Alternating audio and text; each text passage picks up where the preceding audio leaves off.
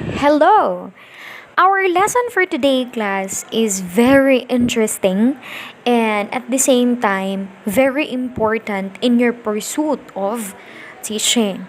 That's why, before you continue listening to this discussion, I implore you to be not only physically comfortable, but more importantly, be emotionally and psychologically comfortable as well. Make sure that you have already eaten. Make sure as well that you are not doing other tasks in your subjects, for example, so that you may be able to activate meaningful learning at the end of our discussion.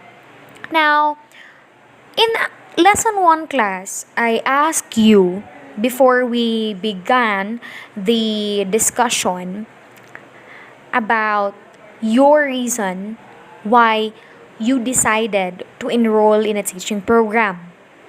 Although I was not able to receive a response from you, but the thing is, again, teaching is not easy, no?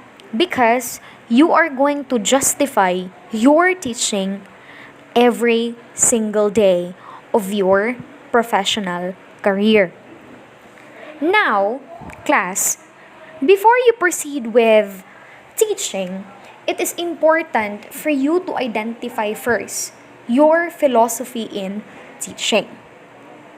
Going back to your previous lessons in ethics, in senior high school, I guess you had this subject wherein you discussed about um, philosophy, no? Philosophy class, by the way, is the study of the love, no, or pursuit of wisdom. Be reminded that knowledge is different from wisdom.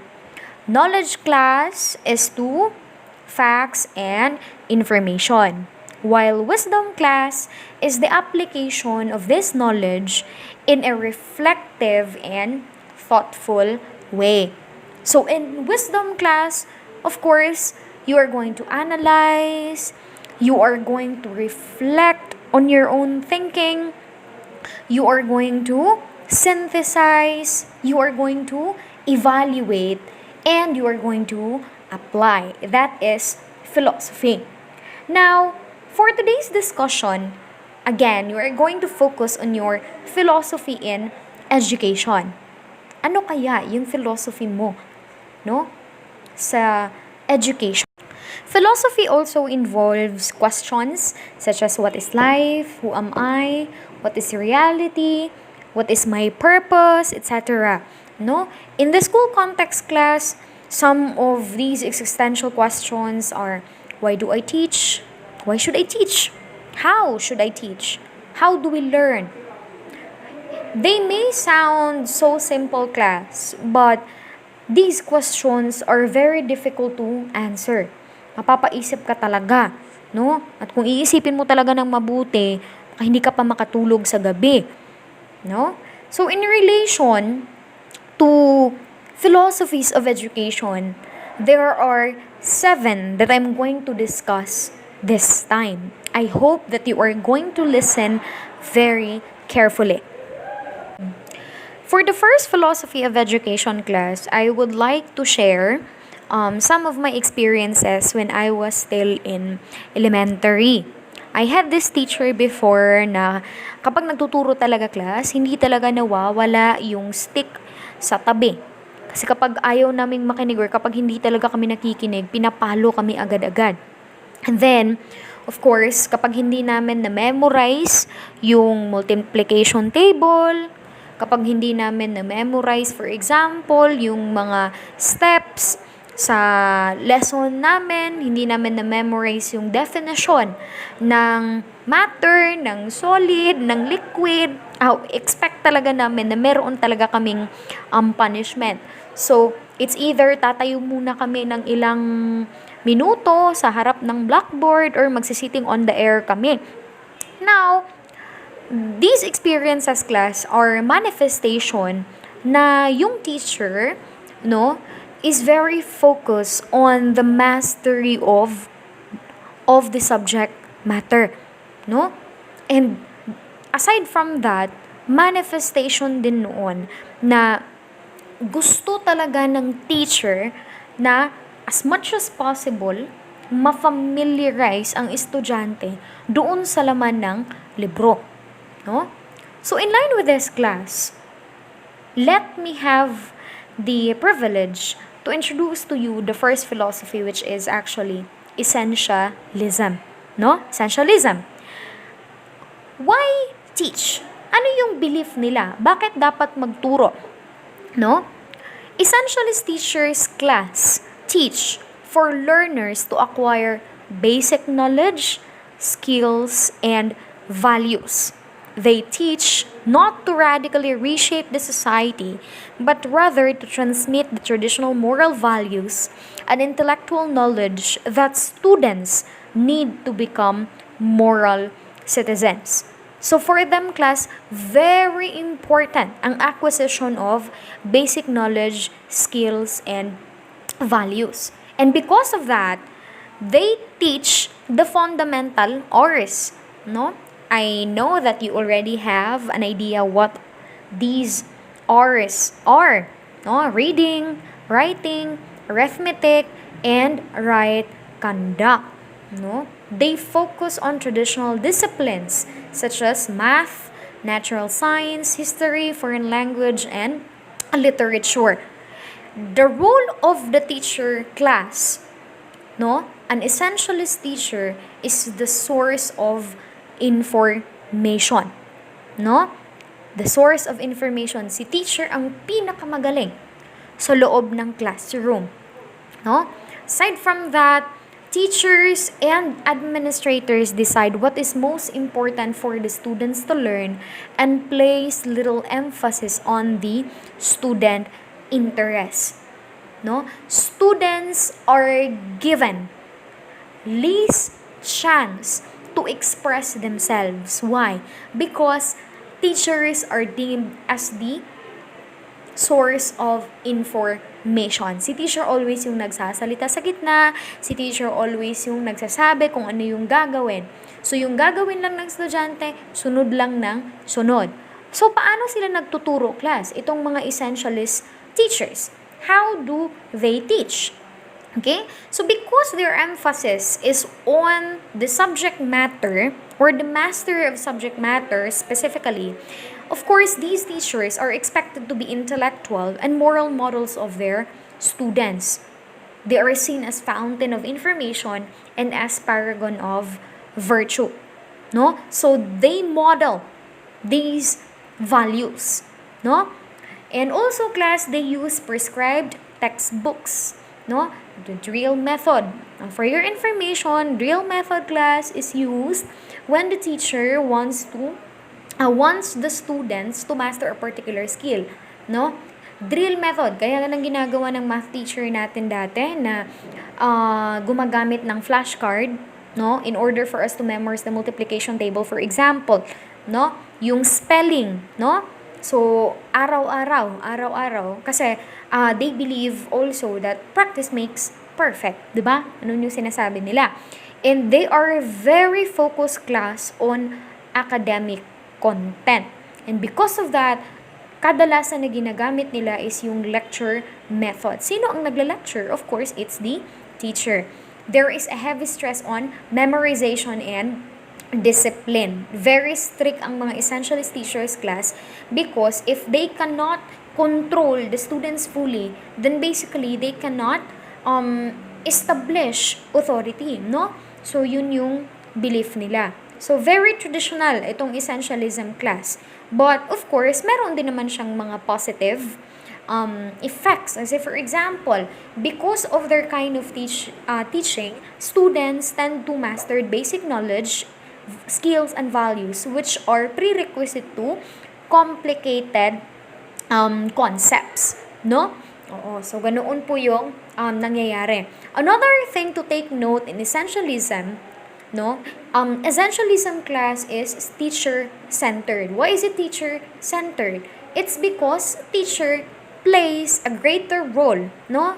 Even greater than the students. Actually, halos lahat si teacher yung gumagawa ng trabaho. Okay? So, that is essentialism for you. Next philosophy and education class is the opposite of essentialism. While essentialism focus on the learning and acquisition of the basic R's, progressivism focus on the idea that learners should become enlightened and intelligent citizens of a democratic society. Remember that in a democratic society, there is a maximum participation of the people, given that people play an important role in the type of government that they are going to make. No? Progressivist teachers teach learners so they may live life fully now, not to prepare them for the adult life. So it's making the most of the present class, no? And because of that, what is the focus of their teaching, no?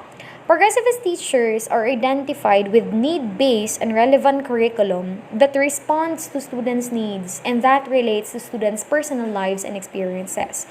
So when they teach, they make sure that students can relate to their lessons. The examples that they are giving class or observable in the environment of the learners. And because of that, it becomes more relevant. It becomes more meaningful because students can directly apply the teaching of the teachers in an actual situation. Further, progressivist teachers believe that change is the only thing that is constant. And because of that, they teach students how to adapt with these changes in order for them to survive in a changing society. The subjects given emphasis are natural and social sciences. Why? It's because social sciences class, of course, focus on the society and the things that are happening in the society. Natural sciences focus on basically the origin of the world. No, everything that we experience, everything that the person encounter in his life. So that is being talked about in natural and social sciences. So teachers class expose students to many scientific, technological, and social developments, reflecting the progressivist notion that progress and change are fundamental. Okay? So in order, of course, to achieve development and to progress in a changing society, students must be used to changes because you cannot become flexible, you cannot become resilient if you are not used to these changes.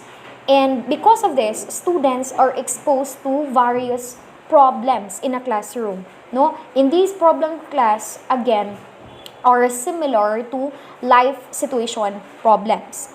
Now, how do they teach? They employ class experiential method. They believe that one learns by doing. So for them, class experience is the best teacher. So the most popular advocate of progressivism is John Dewey, who said that book learning is no substitute for actual experience. Sabi niya, if you really want to master something, you need to do it.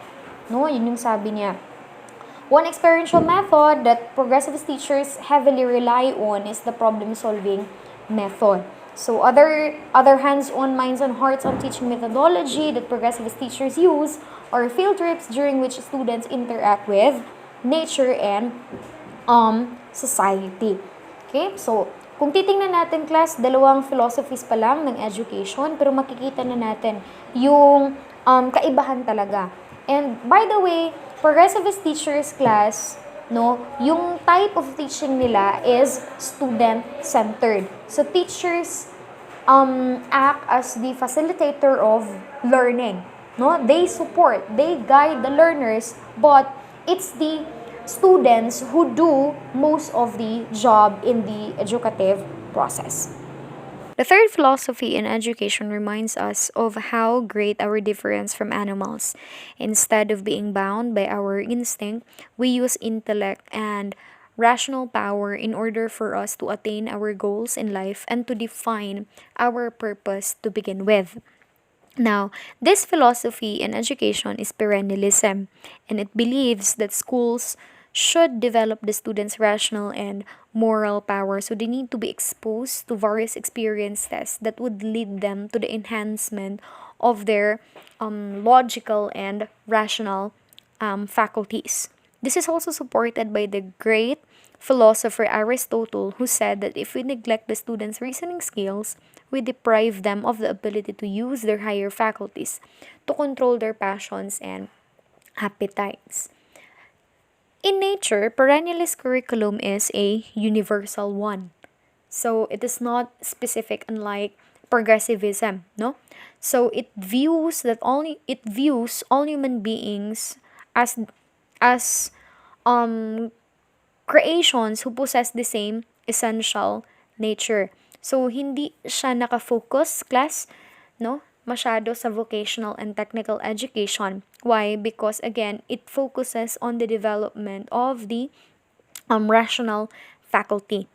Now, perennialist classrooms are centered around teachers. Like essentialism, it is also teacher-centered, which means it does not allow students to interrupt or to intervene during the teaching learning process. So, yung ginagawa ng teacher, sila mismo yung nag-iisip ng mga strategies, ng mga activities na sa tingin nila ay suitable doon sa development ng mga bata. One activity that perennialist teachers use inside the classroom is debate. Debate is very effective in honing the reasoning skills of the students. In debate as well, students are exposed to various problems, and of course, they are expected to solve or to provide solution to the problems by gathering evidences and at the same time using logical and rational powers. Existentialism, on the other hand, celebrates uniqueness of every individual. So, if you are an existentialist teacher, you are not going to force your students to be uniform because you believe that we are different from one another. Our nature are different from one another, and because of that, learning is activated in a unique way in every individual.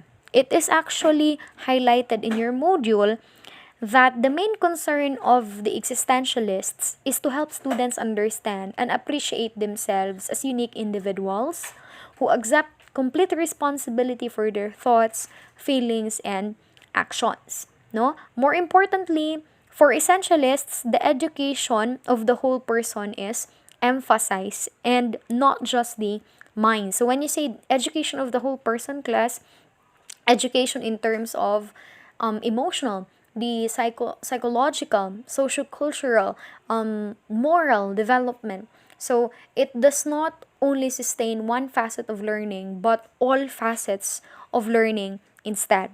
Ano yung mga itinuturo? In an existentialist curriculum, students are given a wide variety of options from which to choose. Kasi nga, nag-expect na yung existentialist teacher that students are never the same. And because of that, you cannot expect one to conform with what other students like to begin with. No? So, pipili lang yung mga estudyante kung ano yung gusto nila. Hindi din pinipilit ng teacher na tapusin, for example, yung isang activity just because wala nang time. So, learning is self-directed. Learning is self-paced. No? More importantly, class, creativity and self-expression are celebrated in an existentialist classroom. Kasi nga, iba-iba, nandiyan yung uniqueness, therefore, magpa-follow dyan yung creativity and self-expression. So, prerequisite sa existentialist classroom class is the better understanding of the self ng mga bata. No? So, kailangan na makilala ng mga bata yung sarili nila in a way na they will have a knowledge of their own weaknesses and strengths as a starting point of becoming better, no? So, paano sila nagtuturo? So, of course, they use methods focus on individual, no? So, again, I mentioned a while ago that learning is self-paced and self-directed. It includes a great deal of individual contact with the teacher who relates to each student openly and honestly. An existentialist teacher class is not judgmental. An existentialist teacher is understanding and, of course, open-minded. Next is behaviorism. Behavior schools are concerned with the modification and shaping of students' behavior by providing a favorable environment, since they believe that they are a product of their environment. Environment here does not only refer to the physical education, but more importantly, to the socio-emotional atmosphere. It includes also our relationship with other people and our interaction. And then, ano yung mga itinuturo ng mga behaviorist teachers, no? So, because behaviorists look at people and other animals as complex combinations of matter that act only in response to internally or externally generated stimuli, behaviorist teachers teach students rather to respond favorably to various stimuli in the environment. So, what do we mean by stimuli class? Stimuli are anything that actually cause us to respond or to exert a behavior. Paano sila nagtuturo? No? Behaviorist teachers ought to arrange environmental conditions so that students can make the responses to stimuli. So, they make the environment comfortable. Kasi nga, naniniwala sila na environment influences a lot of our learning. So, kailangan na komportable yung ang mga estudyante. How? By providing, for example, good lighting, nice temperature, yung arrangement sa furniture, no? Yung size and quantity of visual aids. So, lahat ng ito ay makakatulong o merong epekto doon sa learning process ng mga bata. Now, in addition to that, behaviorist teachers also utilize rewards and punishment. So, positive behaviors inside the classroom are positively rewarded, no? So, nagbibigay ng mga incentive. For example, pagbibigay ng mga stars, pagbibigay ng papremyo. For example, if malaki yung kuha sa test, yung recognition, yung praises. So, those are few of the strategies of behaviorist teachers. Now, on the other hand, if meron namang misbehavior yung students, no? So, yung ginagawa ng teacher is nagbibigay ng punishment in order to lessen and to totally eradicate the misbehavior. Okay? So, for example, demerits sa points, no? So, minus points, no? Or, verbal reprimand. So, yun yung ginagawa ng teacher. Linguistic philosophy. From the name itself, the purpose of this philosophy is to develop communication skills of the learner because the ability to articulate, to voice out the meaning and values of things that one obtains from his or her experience of life and the world is the very essence of man. I had mentioned a while ago that we are different from animals because we have intellect and rationality. But in addition to that, we are also blessed with language. And because of language, we are able to express ourselves, we're able to convey our ideas, our emotions, our feelings, and our opinions. And of course, without language, we cannot exercise our rational faculty. In addition, it is through man's ability to express himself or herself clearly, to get his or her ideas across, to make known to others the values that he or she has imbibed, the beauty that he or she has seen, the ugliness that he or she rejects, and the truth that he or she has discovered. Teachers teach to develop in the learner the skill to send messages clearly and receive messages correctly. So the focus of this philosophy is to make students better, no, efficient and effective communicator. So, ano yung mga itinuturo? Of course, learners should be taught how to communicate clearly. Students must know the various elements, various components of communication. So, here, in your module, there are three. We have the verbal component, the non-verbal component, and the paraverbal component. We know that verbal component refers to the content of our message, the choice and the arrangement of our words. Of course, verbal component can be oral or written. On the other hand, non-verbal component refers to message we send through our body language. This also includes our facial expression, our hand movements, no, even our space, no, our utilization of our space. Lastly, we have paraverbal components. So our tone when speaking, our pacing, no, speed, the volume of our voices. Why do we need to consider this one? Because even in the tiniest one, this affects the meaning that we get across during communication. And of course, this can also identify the success or failure of the message that we are planning to send. Okay? So, learners also need to be taught how to use language that is correct, precise, grammatical, coherent, accurate, so that they are able to communicate clearly and precisely their thoughts and feelings. So, how does linguistic philosophy teachers teach? Of course, the most effective way to teach language and communication is through experience. So, if you want the students to learn a particular language or to become a better communicator, you need them to speak all the time. You need to expose them to various activities that require them to use the language to communicate, of course, and to interact. This is the only way for them to become better in that department. No? So this also mentioned here, make students experience sending and receiving messages through verbal, non-verbal, and paraverbal manner. So, yung mga activities class, kagaya ng role-playing, no? Reporting, oration, declamation, speech choir. So, all of these are speaking activities, and all of these are deemed helpful in our development of communication skills. Like Progressivism and Existentialism, this next educational philosophy is also child-centered. Of course, this is none other than Constructivism. No? So, why do constructivist teachers teach? Here is their purpose. No?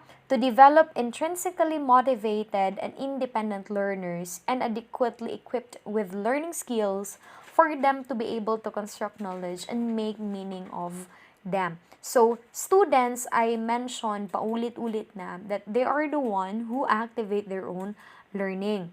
No? So, yung ginagawa ng mga teachers dito class sa constructivism, they let students discover their own learning and make their own meaning of them. So, ano yung mga itinuturo? Of course, learners are taught how to learn. Learners are taught how to become independent. They are taught learning processes and skills such as searching, critiquing, and evaluating information, relating these pieces of information, reflecting, and making meaning out of them, drawing insights, posing questions, researching, and constructing new knowledge out of these bits of information learned.